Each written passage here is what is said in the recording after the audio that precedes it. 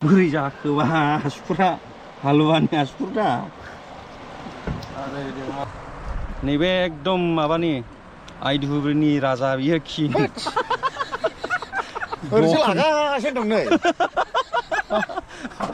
जिखुनु दाखिनि सम नोंथांमोना जाय जाय नायदों ना लोगोफोर जय नार्जारि JOY स्पेस नार्जारि थांनानै साबस्क्राइब खालामना हो बहुद खस्थ' खालामो अननानै नुबायबा बोरायबायलै बैसो जाबायना बिराद जाबाय आङो बोराय नुबायलै सोरबाफोर दङब्ला सासेसो बोराय बासिखासैरा सिख्लाफ्रानो बासिनिखौ माबा दङब्ला सिंगोल दङब्ला बिथांखौ लानो हागोन आरो लानो हागोन बेबो बासिबालाय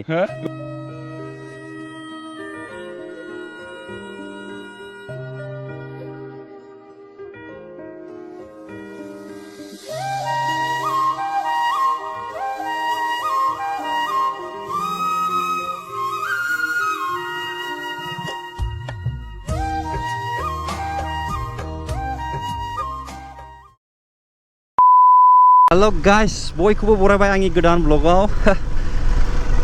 दायो आं नै बेंटलाव नोंथांमोना बेंटल होननानै खोनायो जानो हागौ जोंनि चिराङाव मोनसे बेंटल दङ चिरांनि मोनसे मेन टाउन बायदियानो बियो ओमफ्राय आङो 1.5 बोसोर जाबाय न'आव फैयैया बङाइगावआवनो थाबाय थानाय जायो आरो 1.5 बोसोर जाबाय फैयो ओमफ्राय दिनैहाय आङो ओंखारदों आंनि उनाव दङ अरगें दङ हायनट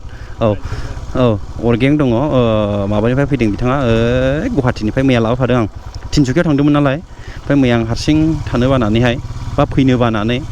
बिथांखौ लाबोफादों नैबे बेंटल बाजार दे लोगोफोर लाजिलाय लाङोरा सयथिबो लकेलावहाय ब्लग बानायनोहाय थासार सिरि थांखोमानायसैलां बोरैबा मोनखायो मिथिबाय लकेलावहाय बायहेरायाव थांब्ला जेबो मोनलाय लाङा आरो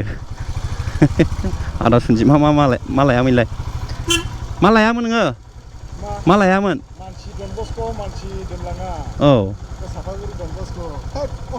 नोङा मा न'आव थांनि आदा न'आव थाथ' दे लाजिलाय लाङोलै सयथिबो दा लकेलावहाय ब्लग बानायनो अयथासार लाजियोबा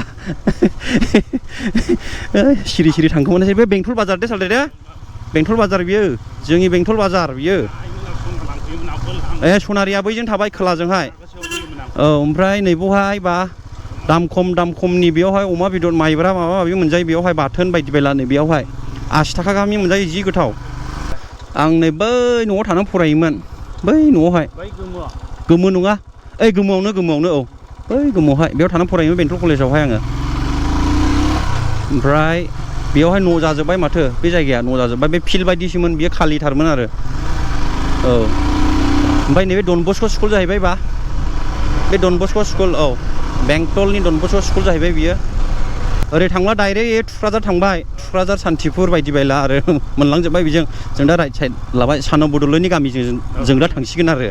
मिथिबाय नोङो खोन्थालांजोबबायसै आं दिनैहाय औ लोगोफोर बिदिबा नै दायो माबा मोनफैबाय मा होनो आइ फवालि आरो जोंनि गामिया बैयावनोसै बिमा दैलाम मोनबाय नै बिहा लाजिलै सुथिबो मिथिबायना माबा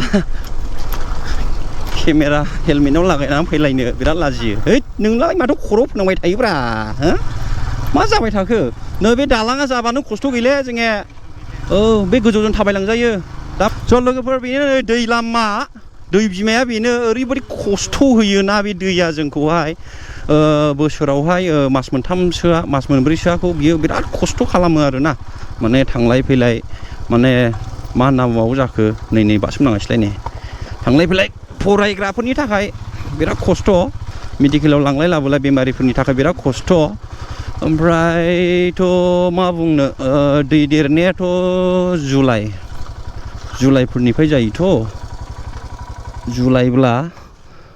जुलाइ जुन जुलाइ आगष्ट सेप्तेम्बरसिमावहाय खस्थ'खौ मोनो आरो ओमफ्राय अक्ट'बरफोरनिफ्राय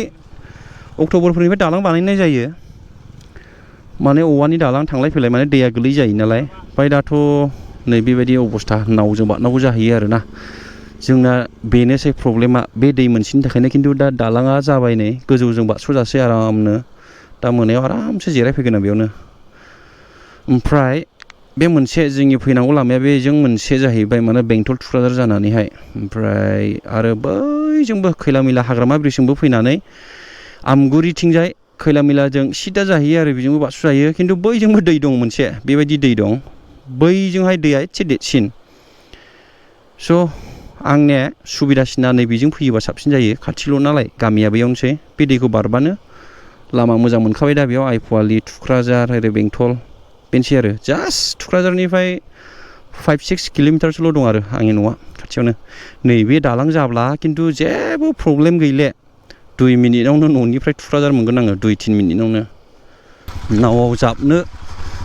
लाइन दोननानै लाहैखानायसै आङो दा नङाबा ओरैबायदि उनावहाय मानसिफ्रा फैबावगोन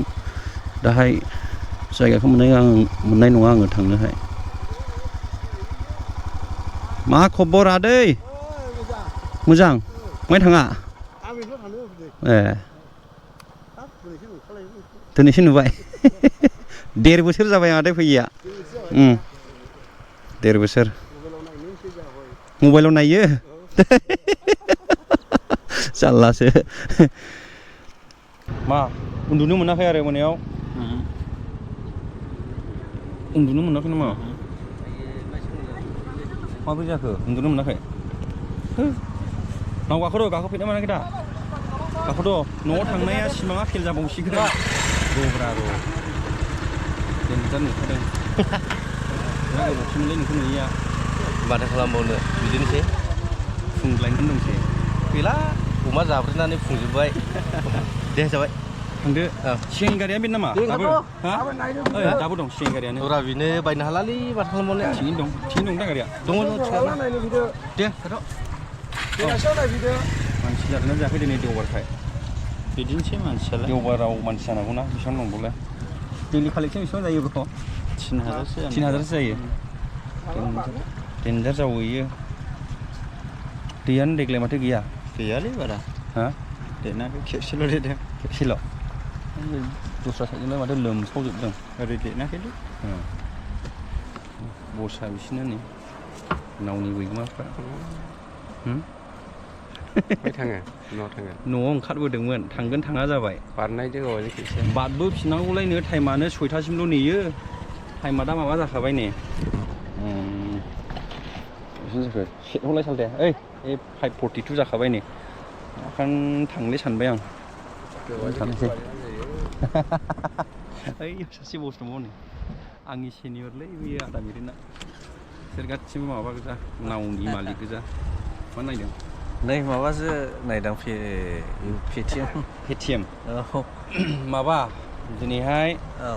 1.5 बोसोरनि उनाव न'आव थांगोन होननानै फैदोंमोन आं आदसा ओमफ्राय थांफिनलेसो एसे उसुबिदा प्रब्लेम मोनबाय माने लोगोआ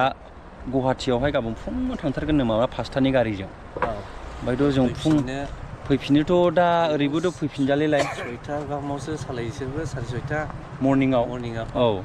दा 5थानि गारि हमनांगौलाथ' जाखाया न'आव थालांबा गैयाबाबो 5:30 6थानिफ्रायसो सालायगोन ओमफ्राय दाबो नै दा थांनानै लायोबा फैफिननो हाले दैयाथ' फिसा नै बारनो हायो खिन्थु टाइमाबो 6टा जाबाय बाङाखौथ' थिखोना बारजाया जाहैबायना दा फैला नावा खाब्ला माजोंथ' फैनाय जाहैनोसै दा जेरैबो थाङै हैयै न'आव 1.5 बोसोरनि उनाव फैनाया आंनि फेल जाबावबाय रायजोफोर दहान सफैगौमोन आदा दहान सफैगौमोन लामायाव अखा हाथेबायना बेनो आरो इमारजेन्सिब्लाथ' थांलाय फैलाय जायोमोन ओमफ्राय एफा गोबावजों फैनायनि न'आव ओरैनो 2 सानथामसो थानो सानदोंमोन आरो नांथ'ले माने लोगोआ गोजाननिफ्राय फैदों दा एसे गामिखौ देखायनो होननानै जों माबायदि सोलियो बेखौहाय माबानो सानदोंमोन आं ज' बानायसै रा आंबो थांखायोना न'आव ज' बानायसै गावजों लोगो मोननायनि मा इउटुबारफोर जाबा इउटुबाव फैसा खामायो आरो खामायोना खामाया नोंसोरसो मिथिगौ जोंलाय माथो मिथिगौ नायो आंनि भिडिअ हाबाबा बे बुरब्ला नुजाबेखानालाय बोरैथो नाया थाबानांगौ जाखो बेखौ दा ज' बानायसै जों जायगायाव मोखां फैखायो इउटुब खेवलानो माखौ बासैलै जोङो बासै नावखौनो गाखोनो बासै नैबे एकदम माबानि आइदुब्रिनि राजा बियो किं ओरैसो लागासिनो दं नै लायाखैलैबा अट'मेटिक थाखायो हेलमेटावनो बेबो आंनि गामिनिनो लोगोफोर ओमफ्राय नैबेबो आंनि न' सेरनिनो बियो बे मिथुन बे दानस्रां बिसोरो आइदुब्रिनि बिराद दनलै दनगालै राजा महाय थाङामोन दनना महाय थाङामोन मा लाया लायाखै ओरैनो लोगोफोर लोगो लालाबायोबा हाथाया नायनि हाथाया मिनिजाय गय जादोंलै बा गय जादों मिनिरा हाथाया दे नायजालै ने हाथाया हाथाया नायजालै क'क्राझार जाबाय इनो थिङैनो दं ने देरा दे देखाय दे हाथाया देखाय दे नायजाखालै रा मिनिरा मिनिले नायजाखालै ओइ जिरायनायखौसो नायनांगौमोन हाथाया थो बाथो माने अयथासार गोजा जाजोबबाय गय जायै नायजाखालै हाथाया ओमफ्राय सानैजों बजान सेस जाजोबदों आंनि हाथाया जों सानैजों माबा हैजादों नामा बङाइगाव सेस न'आव थांनो होननायाथ' जाखाले लोगोफोर बिनिफ्रायनो गिदिंलांफिननायसै आङो ओमफ्राय लोगोफोरजों डाइलग होबाय गामिनि लोगोफोर लोगो मोनफैदों बिराद मोजां मोनदों थ' लोगोफोर आंनि न'खौ माब्लाबा आं फैफिननानै देखायगोन हाल जांख्रा दंना गैयाबा आं एवफैनायसै एबार हाल जांख्राया औ जाहां जानानै दं जाहां दं अ एबाराव जों गामियावहाय जायनिखिया जोंनिथ' हाया आदिसो होखायो नालाय जोंनिथ' जांख्रायानो गैखाया सोरनिबा जांख्रायाव आं फैथारगोन जाफैथारगोन आं गामियावहाय हा औ फैदो दा बोरै जाखोबा आसुखुरा हालुवानि आसुखुरा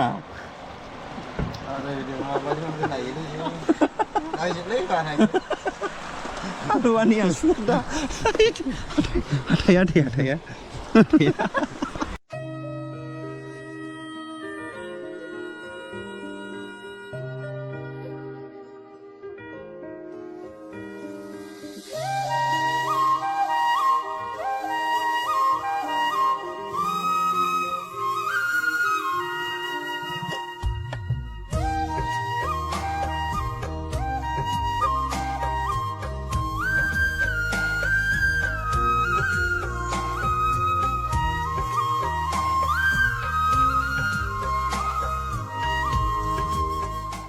ओरैबायदि आलादा फिलिंस जायोना गामियाव फैयोब्ला माने ओरैबायदि मोजां मोनफैखायो माने कान एक्सप्रेस आरो माने गावनि आंगो जायगायाव फैदों बेफोरबायदि ओरैबायदि बुंस'नो हाया सानब्लाबो सानस'नो हाया मा सानो नों गामि बेरायनो लुबैदों होननायखाय लाबोबायलै आं नोंखौ थांदो बादे थेंकिउलै नोंनि सायाव नों गामि बेरायनो लुबैदों औ गामि बेरायनो लुबैदों होननायखाय आं नोंखौ लानानै फैबाय दा माबायदि मोनखो बरिया ओमफ्राय आंनि जायगाया बिदिनो मिथिबाय खिन्थु दै बारनो मोननानै साबसिन मोनदों दै बारनो मोनना साबसिन मोनदों दै बारनो मोना नालाय नोंसिनिथिं दै बारनो मोना जोंनिया एकदमबारे बेखौ जों जेबो मोनला साभाबिकल'खासै बियो जोंनि थाखाय माने जों माने एकदम नर्मेल लासै आरो बेखौहाय ना माने गोरलैनिफ्रायनो जों माने लाइस' फायस'ना सब समाय नावखौ गुवाहाटियावसो गाखोयोमोन आं गामियाव दिनैसो फार्स्ट टाइम सम नावाखौ आं जावबावगौसो स' लोगोफोर आं गामियाव थांले होनब्लाबो नोंसोर राग जोंगोनलायलै बोरदोननि रायलायो होननानै खिन्थु बे नङा बाथ्राया जों जेखौनो रायलायनो रोंबोदों जों बेखौनो रायलायगोन आरो जों रावनिखौबो सोलोङा जों जेखौनो रोंदों बेखौनो जों रायलायगोन ना ओमफ्राय आंनि गामिया जास्ट 7 मिनिटसो थांबानो मोनबाय बेयावनोसै नैबे दैखौ बारबानो मोनबाय आरो आंनि गामिया बेयावनो स' ओरैबायदि गवा बिचनिफ्रायबो साबसिनलाय लोगोफोर बेयाव गवा बिचनिफ्रायबो बिराद मोजांलै दालां गोजौआव लोगोफोर न'आवथ' थांनाय जायाखिसै न'आथ' बेयावनोसै हनै 2 किल'मिटार थांबानो मोनबाय ओमफ्राय दा जोङो बे दै सायाव एबा दालां सायाव दङ जायखौ दहाय आङो नोंथांमोननो खोन्थादोंमोन ओमफ्राय दायो जोबथारनायाव नै लोगोफोर सानै फैबावदों बे अर्गेंखौ लोगो हमनो फैदों बिथांमोना फनाव रायलायनो लोगो मोनलायफेराखै ओइ हेन्डसेक ला औ बिजन हेन्डसेक ला बिराद गोबावनि उनाव औ दिनैसो लोगो मोनबाय दिनैसो फार्स्ट टाइम माने गैयालाबो 5 yearsसो जाबाय जों लोगो मोनलायिया नंगौ बिथांखौ दिनैसो आं लोगो मोनदों गोबावसैमोन आरो औ दे जिखुनु बिजननिबो न'आ बारा गोजान नंखाया बेयावनो खाथियावखा 3 किल'मिटार 4 किल'मिटारल'सो जाखायो ओमफ्राय नै बेयावबो सासे फैदेरबावबाय बिनि खोमसि जाबायलै रायजोफोर एसे सहायदो दे माबा नेरसोन अबस्था गाज्रि दं आङो अननायनि नेरसोन अबस्था गाज्रि माने मा जादोंबा जाहाय गरमाव दंमोन माथो बोराय नुबायबा बोरायबायलै बैसो जाबायना बिराद जाबाय आङो बैसोआ। बोराय नुबायलै सोरबाफोर दङब्ला सासेसो बोराय बासिखासै रा सिख्लाफ्रानो सिख्लाफ्रा बासिनिखौ बोराय होननानै सेसखासै नोंमागौ बे खोथाया नंगौ नंगौ नंगौ सैथो आयो बेवहाय सोरबा ब्लग होनाय दङब्ला माने ब्लगाव सोरबाफोर माने सोरबाफोर माबा दङब्ला सिंगोल दङब्ला बिथांखौ लानो हागोन आरो लानो हागोन लानो हागोन बेबो बासिबालाय बैबो बासनाय बेस्रा बैसो जाना दङ औ बैसो जानानै दं दे है अनेक रायलायग्रा दं दा थगायदोंसो साला ब्लगआवसो बे जाबायलै जाबाय जाबाय दायो जोङो दालां गोजौआव बार जानानै दा बेंटलाव दङ एक्जेक्टलि बेंटलाव सोरनि रुमाव दंफैयो आं बेखौ खोन्थानो थांगासिनो दङ ब्रादार जय नार्जारि बे आंनिनो गामिनि मानो बे बेंटलाव थाफैनो गोनां जादों बेखौबो आङो बुंगासिनो दङ खारना जाहैबाय माने दैज्लां सिजोनावहाय माने गारिया बारहोजाया ना बे हिसाबैहाय गारि माने मा गारि बेखौबो सानगोनलायनानै खोन्थानि नै बे अट' ओमफ्राय बै गारि गुफुर दे बिथाङा माने बेजोंनो माने बिराद खस्थ' खालामोलै मानसिया माने भारा बोनानै जायो ओमफ्राय दा दैज्लां सिजोनाव जोंनि गारिया बारजाया नालाय दै बिमाया बे हिसाबै बेंटलाव थायो जायजोंनो कन्टेक्ट जायो बे बेंटलनिफ्राय इयो लिफ्ट खालामनानैहाय जेराव थांनांगौ भाराखौ बियो मारियो ओमफ्राय आं दहाय बुंदों है ब्रादार ओंखाम जालांगोन नोंनि रुमाव होननानै ब्रादारा जोंनि थाखाय ओरैबायदि प्रिपेयार खालामनानै दोनदों नै वाव ना मा ना बिलाय बे साबैसे जाजायो सानैसो ओमफ्राय बेयावबो दोनबावदों ओंखाम संबावदो खेबसे आरोबाव अ आच्छा ओमफ्राय दावदै लाबोदों नै दावदैबो लाबोलायबावदों बिराद खस्थ' खालामदों माथो नोङो जानोसै जों बेखौहाय औ अमले बानायबावनोसै बानायबावगोन जानोसै दिरिद्राय जायो दसे अ, जायो नंगौ ओमफ्राय जाखांनायनि उनावहाय आफेलबो बेब'स्था खालामदों हैट जाबावनायसै आरोखि ना दे फंबाय ओमफ्राय हारसिं थायोना हारसिं थायो आङो अ हारसिं थायो बिथाङा बेचेलरसो दै जेबो हाबा जायाखै दै बहुत यां बहुत सेंग्रा बिराद टेलेन्टेड ओमफ्राय बिराद नायनो मोजां हेन्डसाम फैसा खामायो ओमफ्राय माथो न'आलाय बिराद गोदान सोरनि न' जाखो बेलाय बियो मादै सोदोम होनो बेनिफ्राय बे आदैया थैबाय दस्रा बेनिफ्राय मादैया बैयावहाय सार्कास ना माबायावहाय मावो सार्कासिसाव ना औ बेयाव मावो बेखौहाय भारा होयो आरोखि ना बेयावहाय जायनो थानो गोसो फोसाबजों माने थाबाय आङो दायो बिथांनि चेनेल दं दै जय नार्जारि नोंथांमोना सोरबाफोर नायदोंबा अननानै साबस्क्राइब खालामना हो जय नार्जारि ओमफ्राय आसा खालामदों नेक्स्ट टाइम समावबो आरोना